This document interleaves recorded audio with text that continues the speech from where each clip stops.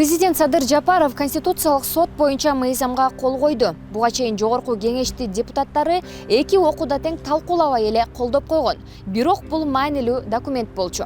Ал парламентте талаш жаратып, пикирлер айтылышы керек эле. Эмне үчүн маанилүү экенин азыр айтып беребиз. Конечно, это нарушение, причем грубейшее нарушение регламента Жогорку Кеңеша. Даже по простому закону, тогда, когда идет речь о простом законе, разница по времени должна быть не менее 10 дней между обсуждениями. Если сам Жогорку Кеңеш, как контрольный орган за соблюдением законодательства, сам нарушает требования закона, это, конечно, уже характеристика, насколько наше государство можно назвать правовым. Состав Жогорку Кеңеша таков, что в принципе большинство людей не понимают норм закона.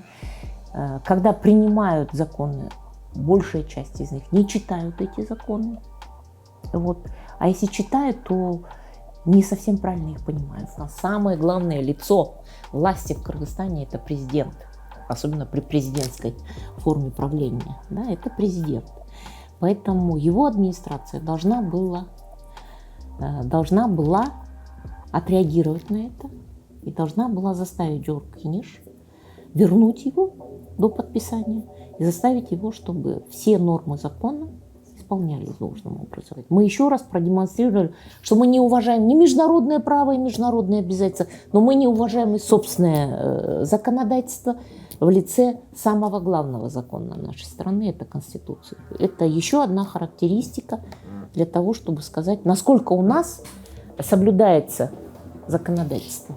Если нормы Конституции все время, каждый день, но если не каждый день, через день точно у нас нарушают. Конституционный суд, он не удовлетворил обращение заявителя, потому что заявитель просила, чтобы ей дали разрешение на матчество, применять матчество в отношении собственных детей.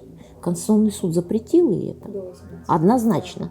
Однозначно он сказал, что это невозможно, но он дал право ребенку воспользоваться выбором после достижения возраста дееспособности. Это 18 лет. Что далее? А ничего. Вот все мужчины просто жутко возбудились. Вот сейчас, вот представьте себе, просто логику включим, здравый смысл. Могу ли я сейчас изменить свою фамилию? Могу ли я взять фамилию матери? Могу. В чем проблема?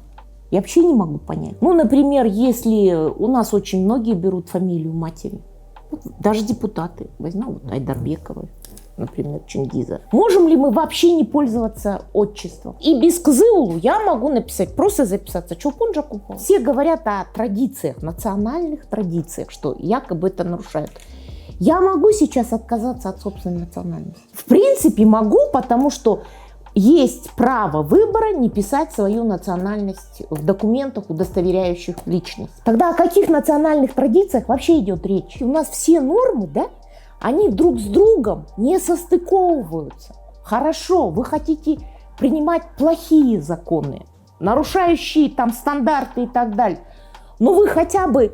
Логика же должна быть какая-то. У нас один закон говорит, вот это разрешает, другой закон это запрещает. И начинаются скандалы. Если Данияр Усенов спокойно стал Даниилом Урицким, если я завтра могу пойти стать Миклухом Аклаем, там, я не знаю, Жанной Д'Арк, кем угодно, то есть не упоминая даже имени ни отца, ни матери, значит, то, что не упоминается имя отца, мужчины спокойно к этому относятся. То, что ты национальность можешь не упоминать, они спокойно к этому относятся. А вот то, что, не дай Боже, имя твоей матери в твоем документе будет написано, это их оскорбляет. Вот я хочу спросить, что ж вам матери такого плохого сделали, мужчины, кыргызы, что вы устроили вселенский скандал только за возможность упоминания имя вашей мамы, женщине, которая вас родила. Вот это решение Конституционного суда, которое фактически ничего не разрешило, отказало заявителю, оно послужило всего лишь поводом для того, чтобы изменить статус Конституционного суда, сделать его зависимым. Давайте оставим одну администрацию президента и успокоимся. Пусть будет одна администрация президента, которая вершит правосудие, которая сажает, милует и так далее. Зачем нам нужны формальные институты? То же самое в отношении Джорку Кенеша и других институтов. Зачем нам нужны игры в независимость, если по сути дела они зависимы? Самое печальное, что это нравится народу. Власть от этого не проиграет. В этот короткий промежуток времени, да, она становится всесильной, но она проиграет в конечном счете. Они не первые, которые посягают на Конституционный суд. Если вы помните, в 2010 году вообще Конституционного суда не было. Его сделали не Конституционным судом, а Конституционной палате при Верховном суде. Но в конечном итоге они же вернулись обратно к этому. И в данном случае тоже на короткий промежуток времени они выиграли, проиграет народ, но в конечном итоге они опять вернутся к этому.